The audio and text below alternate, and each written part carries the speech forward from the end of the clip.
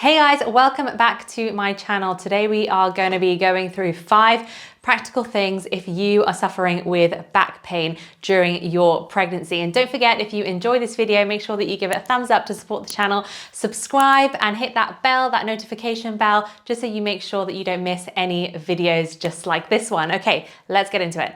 So my back pain kicked in at about 12 weeks of pregnancy and lasted for about 2 weeks. Although at the time when I was going through, I was like, is this ever going to end? I couldn't quite believe how much pain I was in so early on, considering I didn't really have that much of a bump at that stage. So I was really surprised. And in a way, I kind of started getting these terrible thoughts. You know, if I'm in pain now, as I get bigger and bigger and bigger, is this only going to intensify? Will it ever end? So really, I could have really done with a video just like this. So that's why I wanted to put this together for you, just in case you are there at this time and you are just looking for some tips that you can be doing at home to help ease that pain during this time. So hopefully it really does help you. Let me know in the comments, if you do have back pain, when did yours begin? And how intense was it? And what were the things that you struggled with? So I really want to make this video as practical as possible for you, just to kind of give you a summary. I was in a lot of pain, so much pain that I was really struggling in bed, going to sleep, during sleep, in the night, and also getting up out of bed was a real struggle. It got to the point where I couldn't really dress myself in the morning, so I had to ask Mike to help me, you know, put my pants on, put my socks on, put my trousers on, and it really got to the point where I was really demoralized with the pain, because I just felt like I couldn't do anything.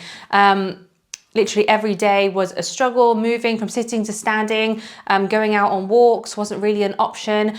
I would really say the pain was like an 8 out of 10 on the pain scale. It was really intense. I think at one point I was actually crying. That was probably also the hormones, because your hormones are so up and down and then you literally can't do anything and it just takes it out of you at that point. So that's a little bit of a summary of my back pain journey, but I really want to get straight into these tips for you to really help you out if you are struggling as well. So let's get into number 1. Okay, so number 1, I'm just gonna go and grab it, and I know this is gonna be really weird, but trust me, it really did help. Oh gosh, I'm leaking. It's water, it's only water. That's disgusting. It's because I washed it. That is so gross. Okay, so this is number 1. I promise it's completely clean and sterilized, but I told you it would be a little bit weird. However, as I mentioned, I was really struggling to sit, and then going from sitting to standing. That's when I really felt like I'd completely lost control of my lower back. My lower back felt really unstable and I just couldn't get up without any pain. And obviously when you go to the bathroom, most loos are set quite low. So you're doing quite a low squat and then having to get yourself back up. And I really struggled with that, and we actually had one of these lying around because usually, patients get given them if you have a hip operation or anything like that. So a family member had a hip operation. So we happen to have, luckily, one of these lying around. Otherwise, to be honest, I would never have thought to go on Amazon and to buy this. But we fixed it onto the toilet seat, and it was such a game changer. I kind of felt as though, you can go to the bathroom, you get a little bit of that autonomy back, which is definitely what you want in the privacy of the bathroom. So quick tip, this toilet seat raiser, toilet seat bumper, I think that's what it's called. I think we will put a link in the description notes so you can find it very easily on Amazon if you would like to purchase one of these off Amazon. But it really was a game changer for, trips in the night when you need to pop to the bathroom because you've been drinking so much water. It just makes it so much easier to kind of just get back into bed and hopefully go back to sleep. So number 1, toilet bumper raiser seat. Okay, so we will move on to number 2, and no, it's not a weapon out of Kill Bill, or it does kind of look like it on the video. This is a litter gripper.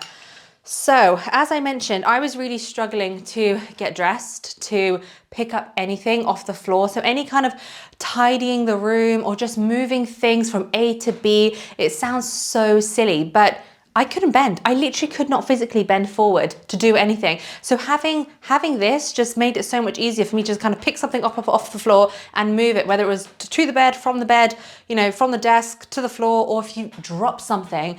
Obviously I didn't go out with this. This was just around the house. But it really did help, especially for those 2 weeks. So again, I will try to find a link for this on Amazon. So if you do want to pick one up, just have a look in the description box. Okay guys, let's get into number 3, which is using a glute band just like this. I'm just gonna step away from the camera just so I can show you exactly what I did. So I kind of came to the realization that my back just felt very unstable and very loose and just kind of wobbling around, especially at the 12, 13, 14 week mark. Your body's releasing so many hormones.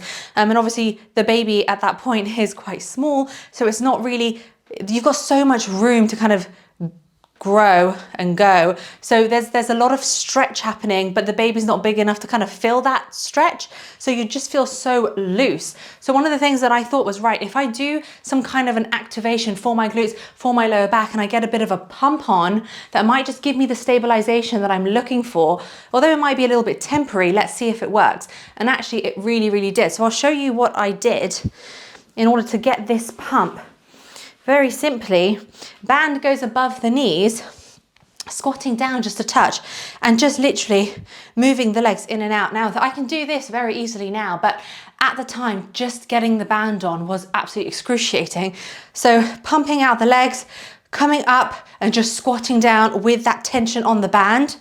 Just little movements just like this. I think at one point I actually held on to Mike's hands. I had to hold on to something and I was going so slowly, just trying to get a little bit of blood flow in the glutes, in that lower back, get a little bit of tension going on and just feeling a little bit stronger, more robust in that region.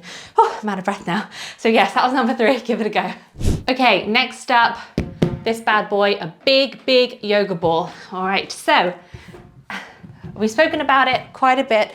Sitting to standing, sitting being quite uncomfortable. And I think this ties into number 5. So a yoga ball I found was so helpful if in the evening you do want to sit down, you do want to maybe watch a show, a movie, just kind of take the weight off. But sitting in a low sofa, I did it once or twice and I just thought, I can't do this at all. Like either I'm just going to go straight up to bed so early and just fall asleep, or I need something else. I need a solution, because getting up off a really low sofa, it just, you know, your back gets hot, you got all that inflammation building up, and then you go to get up and you're just like, gosh, I literally can't move. So the yoga ball came in really handy. If you get a yoga ball that is really quite big for you, so when you sit on it, don't know whether you guys, okay, you can't see my toes, but my toe, I'm on my tippy toes trying to keep upright on this ball. Make sure you're away from any walls, because if you lean on a wall or lean on something, you'll end up cheating, you'll end up kind of like rounding over, and that's really what you want to avoid with this back pain. So keeping on your tippy toes, nice straight back, keeping that core engaged and kind of your chest up. I would just bounce on this ball whilst watching TV, go from this position, kind of roll off it, lean down. Don't know whether you can see, so I'm on my knees and just kind of resting like this, kind of bobbing up and down and just switching positions constantly in the evenings when watching TV. This really helped me as well. So a large yoga ball, not a small one where you can kind of cheat, flat feet and you can curl around. That's probably not going to help you. So a really large one, that would be my tip number 4. Let's get into number 5. So obviously if you have the yoga ball, it's an absolutely fantastic option. But what if, you know, you're at work, you're desk space, you're sitting down all day and you've got this terrible back pain? One thing that I learned was how to get up and down off a seat correctly. The best way to kind of help your back pain so it doesn't result in that terrible shooting pain. It's an intense ache, but you can deal with it. It's bearable to get yourself up. So I will kind of talk you through this. There's actually something that we've been talking to our members in Back in Shape about as well, general lower back pain. What you want to do is, when you're sitting up on a chair, you want to shuffle away from the edge of the chair here. You want to make sure that you are putting, as you go to stand up, your weight through your heels. Engage that core quite a bit. Make sure your chest is nice and high as you go to lift up. So don't round and tip over, because, well, if you've got very bad back pain, you probably won't be able to do that at all, because that would just be excruciating. So trying to keep yourself as neutral as possible. So we shimmy to the front of the seat or the sofa, weight going through the heels.